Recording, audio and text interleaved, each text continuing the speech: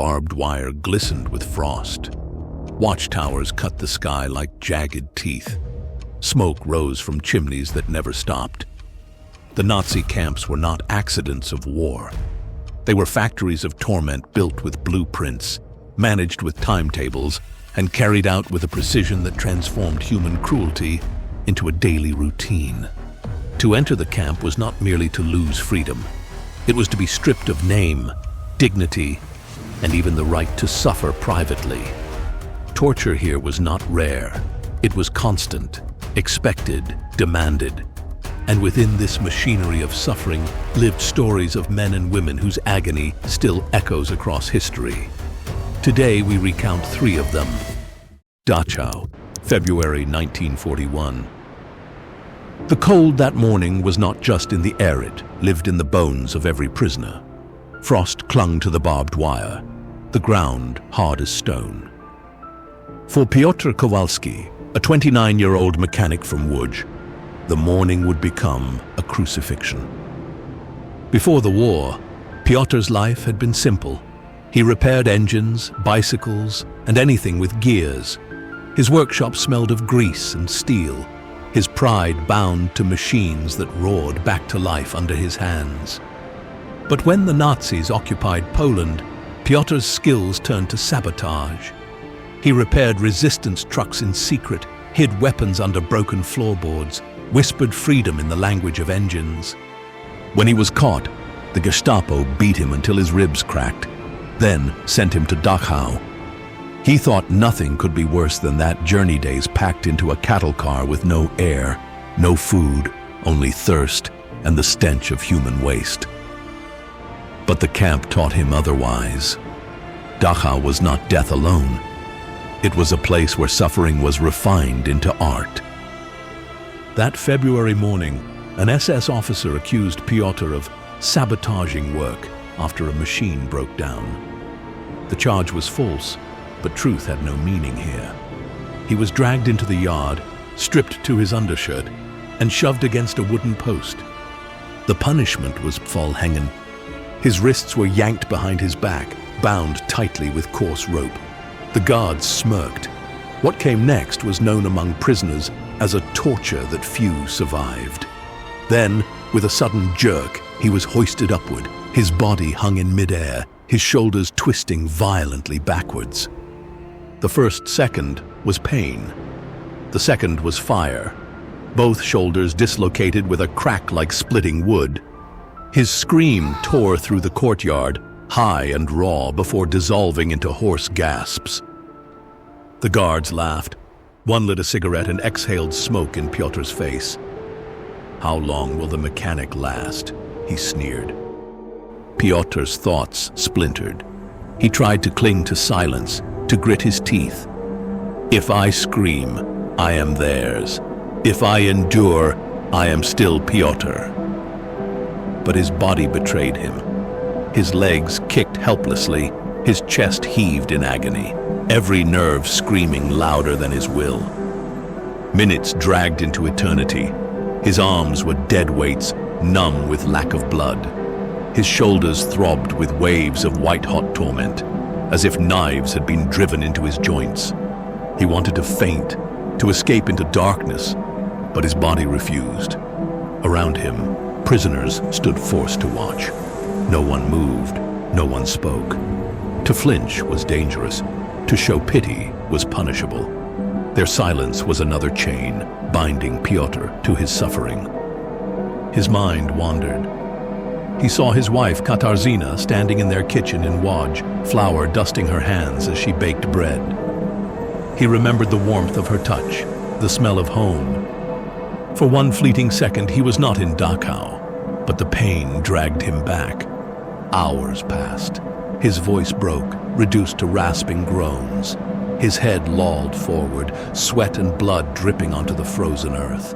Each breath was a war, shallow and sharp. When at last the guards cut him down, he collapsed into the mud. His arms flopped uselessly at his sides, twisted grotesquely, bones and sinews ruined. He could not rise. He could barely breathe. The guards kicked him, laughing at his broken body. "Now fix your machines, mechanic," one barked. But Pyotr was not finished. Crawling on his elbows, dragging himself like a wounded animal, he whispered into the dirt, "You will not have my soul." That night, lying on a lice-ridden bunk, his body shook with fever. His arms hung lifeless, but his mind still burned. "I will remember this. I will carry this pain beyond these walls, and one day they will answer for it." Pyotr Kowalski survived Dachau. His arms were never whole again. His mechanic's hands would never repair another machine. But his memory endured, etched in scars, carried into testimony. His broken body became a monument of resistance, proof that even in silence, endurance is defiance. Pyotr's agony on the post was raw, brutal, and designed to break the body through spectacle. But cruelty had other faces. In Ravensbrück, it wore a white coat. For Clara Neumann, torture came not from the whip or chain, but from the scalp and from experiments that turned her body into a battlefield. Ravensbrück, July 1943. The women's camp at Ravensbrück looked orderly from a distance. Straight fences, barracks in rows, and a large brick building called the infirmary. But inside that infirmary, medicine was a mask for cruelty. Clara Neumann was 24, a medical student from Berlin. Before the war, she had spent her days dissecting textbooks, not flesh. She had believed science was sacred, a tool to heal. Her professors had praised her precision, her steady hands.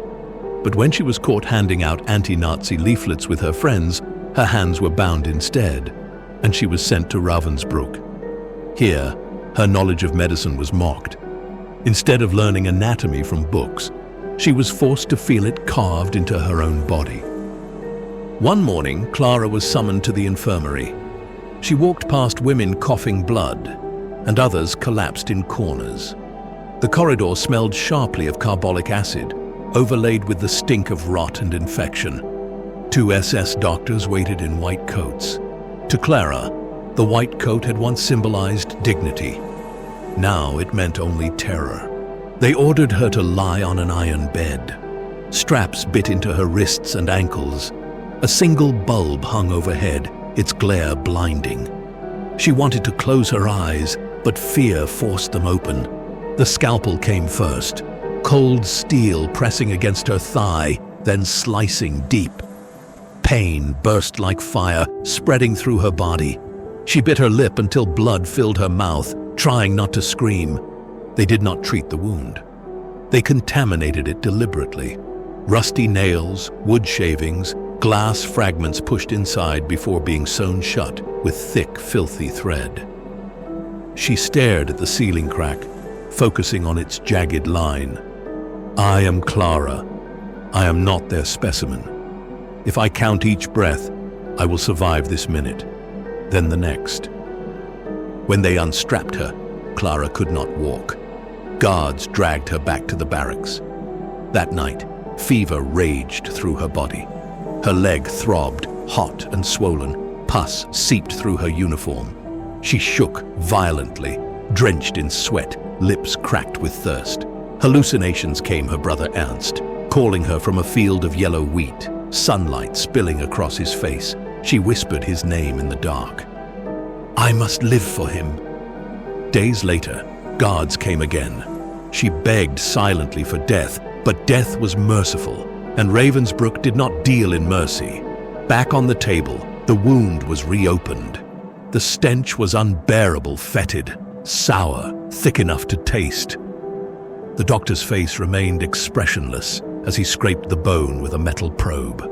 Clara screamed, the sound tearing her throat. The assistants wrote notes, unmoved. "I am Clara. I am not an object, not their specimen," she repeated inside, clinging to her name like a lifeline. The experiments continued for weeks. Injections of strange liquids that made her heart hammer violently, her body convulsing as though struck by lightning. On another occasion, they tested sulfa drugs, opening her wound again. smearing powders across raw tissue, watching as infection spread regardless. Sometimes she heard the doctors debate as if she were not present. Excellent necrosis here. Let's measure nerve damage. Their words were clinical, detached, more chilling than the pain itself. At night, fellow prisoners tried to save her. Women tore strips from their uniforms to bandage her wounds. They shared their bread rations, whispering prayers in Polish, Czech, and French. They risked punishment for her because solidarity was the only antidote to despair. Clara whispered back, "If I die, remember me. If I live, I will tell the world." Her body weakened, but her mind sharpened. She began to memorize everything: the size of the instruments, the number of assistants, and the words the doctors used. Her memory became her shield. Every scar is a sentence. Every scream is evidence. By autumn, Clara could no longer walk without help. Her leg was deformed, twisted by repeated incisions and infections. Yet inside, she clung to defiance. They can mutilate my body, but they cannot amputate my soul. Liberation came in 1945. American soldiers entered Ravensbrück to find Clara skeletal, barely more than skin and bones, hobbling on a crutch. When they asked what had been done to her, she pulled up her dress, showing scars carved like grotesque signatures into her thigh. Years later, at the Nuremberg doctor's trial, Clara stood before the court. Her voice did not tremble. She described the white coats, the glass fragments, the stench of decay, the injections that set her body convulsing. At the end, she lifted her skirt once more, revealing her scar. "This," she said, "is what medicine became under fascism." Her testimony silenced the courtroom. And in that silence, Clara reclaimed her identity, not as a victim, but as a witness. If Clara's torture was hidden behind white coats and the language of medicine, Joseph Adler's was carved into stone and sweat. At Mauthausen, pain was not measured in incisions or injections, but in steps and the endless climb up the stairs of death. Mauthausen, October 1944.